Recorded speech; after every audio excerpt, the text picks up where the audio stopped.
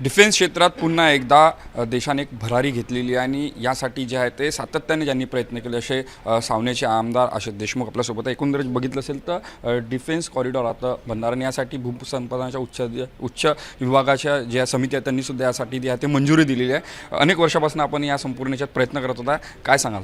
परवा झालेल्या मंत्रालयातल्या हाय पॉवर कमिटीमध्ये सावनेर येथे डिफेन्स न्यूक्लिअर आणि एरोस्पेस कॉरिडॉरसाठी मंजुरी देण्यात आली आहे। मोदीजींच्या नेतृत्वामध्ये आपल्या भारत देशाला, विशेष करून संरक्षण क्षेत्राला, सैन्य दलाला आत्मनिर्भर करण्याच्या दृष्टीने अशा प्रकारचे कॉरिडॉर होत आहेत। महाराष्ट्राने 3 असे कॉरिडॉर प्रस्तावित केले, त्याच्यापैकी एक हा सावनेरला होता आणि त्याच्या जमीन अधिग्रहणाच्या दृष्टीने हा एक सकारात्मक पाऊल पुढे पडला आहे।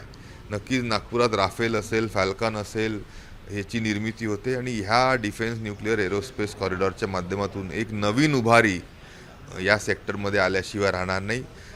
निवेश मोठ्या प्रमाणामध्ये देशातून आणि परदेशातून इथे येईल आणि आपल्या देशाला, सैन्य दलाला आत्मनिर्भर करत असताना जगामध्ये विविध देशांमध्ये जे वॉर लाईक सिच्युएशन आहे त्यांचं उपकरण, त्यांना मिसाईल देण्याचं काम, त्यांना ड्रोन देण्याचं काम आपण करू शकतो आणि त्यासाठी लागणारे उद्योग हे या डिफेन्स न्यूक्लिअर आणि एरोस्पेस कॉरिडॉरमध्ये सावनेरला नक्कीच होतील।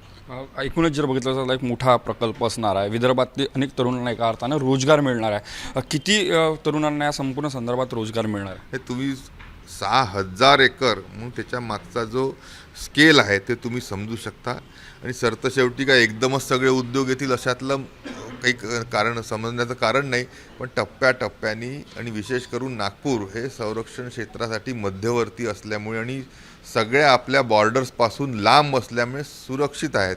म्हणून मला हमखास विश्वास आहे की मोठ्या प्रमाणामध्ये इथे निवेश आल्याशिवाय राहणार नाही आणि देशातलं सर्वात चांगलं आणि सर्वात फास्ट समोर येणारं जर कोणता डिफेन्स कॉरिडॉर असेल तर तो सावनेरचा नक्कीच असेल।